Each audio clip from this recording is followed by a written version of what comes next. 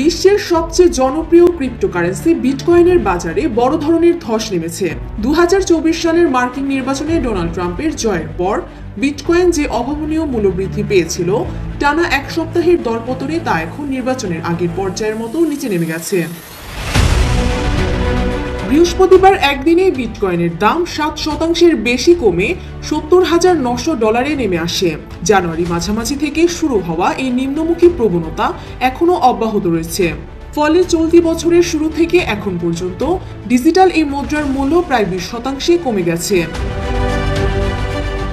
2024 সালের ডিসেম্বরের প্রথমবারের মতো $1,00,000 মাইলফলক স্পর্শ করার পর গত অক্টোবরে বিটকয়েনের দাম সর্বোচ্চ $1,27,000 পৌঁছেছিল। ট্রাম্পের ক্রিপ্টো বান্ধব নীতি এবং যুক্তরাষ্ট্রকে বিশ্বের ক্রিপ্টো রাজধানী বানানোর প্রতিশ্রুতিতে বিনিয়োগকারীরা আশাবাদী হয়ে উঠলেও বর্তমানে চিত্রটি ভিন্ন। মূলত ট্রাম্প সমর্থিত ক্রিপ্টোকারেন্সি লেনদেন নিয়ন্ত্রণ সংক্রান্ত বিলটি মার্কিন সিনেটে আটকে যাওয়ায় বাজারে অনিশ্চয়তা তৈরি হয়েছে। এছাড়া ট্রাম্পের পারিবারিক ক্রিপ্টো প্রতিষ্ঠান ওয়ার্ল্ড লিবার্টি ফাইন্যান্সিয়ালের শেয়ার বিক্রি নিয়ে ডেমোক্রেট আইন প্রণেতা রো খান্নার তদন্তের ঘোষণা বিনিয়োগকারীদের আরও আতঙ্কিত করেছে।